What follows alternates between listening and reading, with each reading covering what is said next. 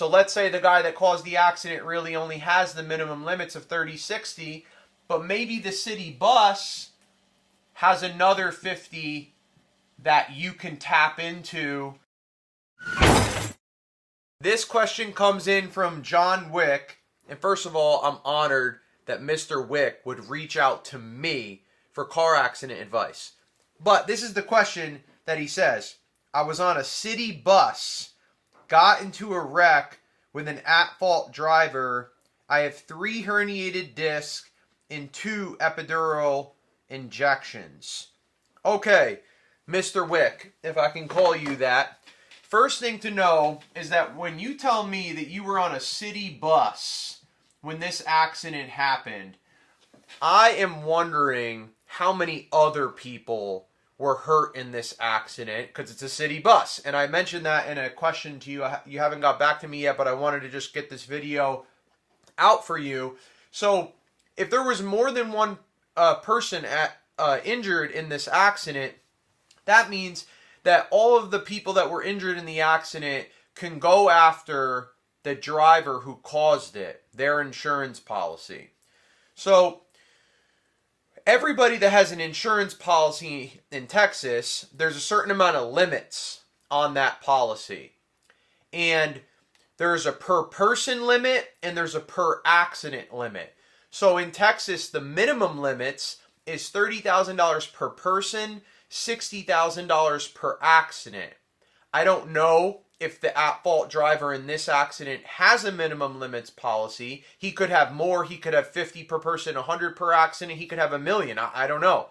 But let's just say that he has the minimum limits. If he has the minimum limits, that means that no person in the accident can get more than $30,000, and everybody together cannot get more than $60,000. So for example, if there was 6 people injured in the accident, that means 6 people get to go after $60,000, and when you're in a situation like that, even if you have astronomical injuries, they're going to chop up that policy to try to give every single person a settlement. Now, sometimes if there is a catastrophic injury, they'll just give it all to one person, the 30, and then they'll try to split the other 30 between the other 5 people. But the limits are a concern when you have a case like that. So because the limits are a concern, the value of your case, could be worth 50 grand. Maybe it's worth 50 grand. But because there's a possible limits issue with the other driver, you'll never get it anyway, because you have to work within the limits of the insurance policy. Now, when you say that you have herniations and injections, my guess is that you've built up some medical bills by now. You've probably had chiro, you got MRIs because you're telling me you have herniations, and now you got injections. So I already know what you probably had to see a pain management or an ortho doc to even give you those injections.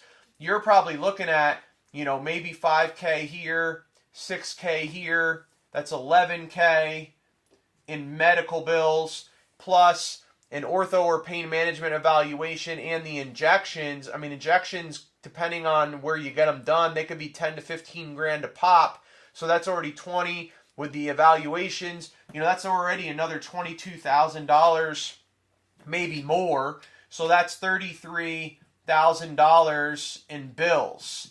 Now, you didn't tell me how much your bills are, so they may be more than that.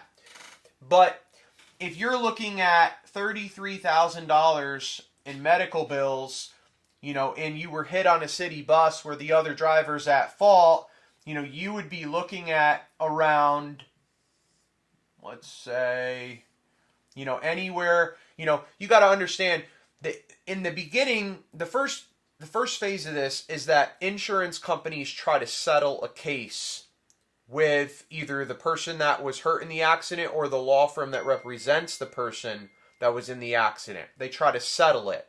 So a settlement number is always going to be lower than, let's say that you have to file a lawsuit. Like, you don't get a good offer, so then the lawyer has to file a lawsuit against the at-fault driver and their insurance company.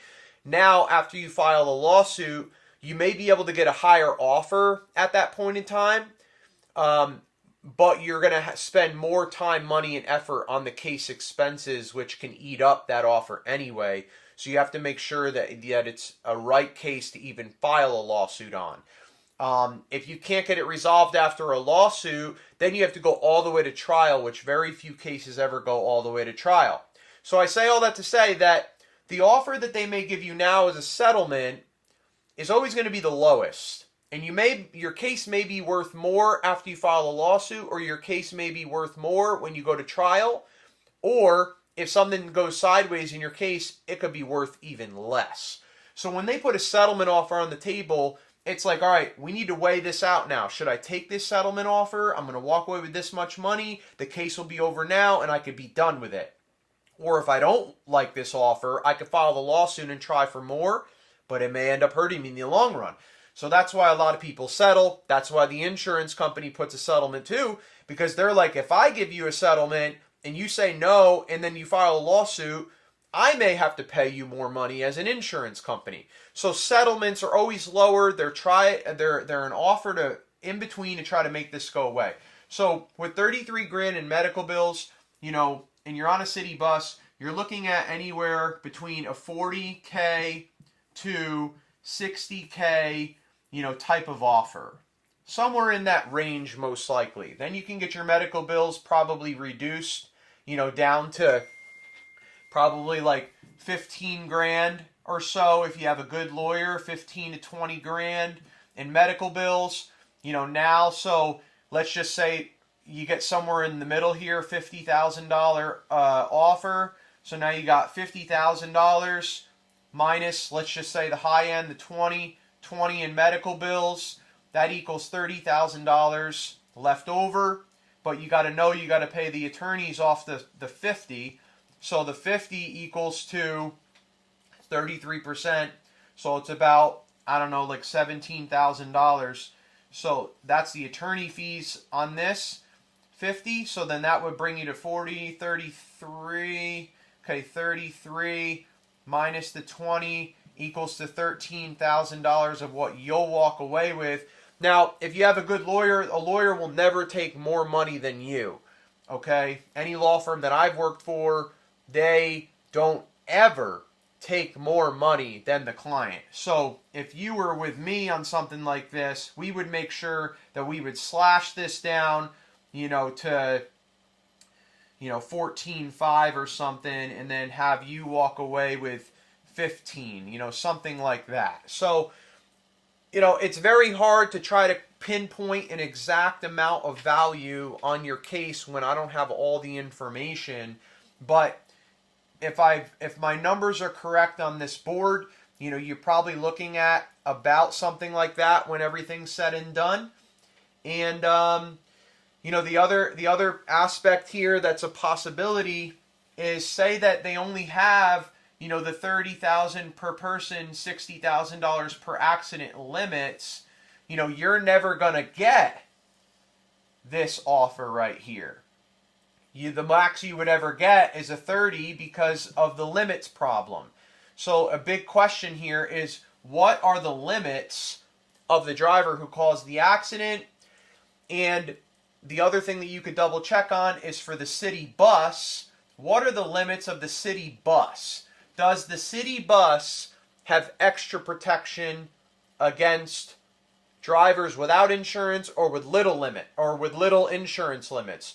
So let's say the guy that caused the accident really only has the minimum limits of 30/60, but maybe the city bus has another 50 that you can tap into, because they give that to, if you're driving on their bus and you get hurt on it, there's a certain amount of limits that they can give to a person that's riding on their bus to go after this. So maybe you only get the 30,000 in the limits, but then you go after the bus's insurance and they throw in, another $20,000, and now you're back to the 50.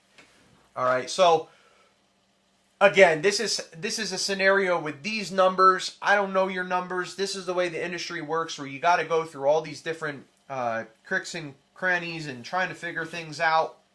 So, and this is why as well, you should always have good legal representation on your side for something like this, because if you don't have a lawyer, you know, you're likely going to get a $20K offer on this.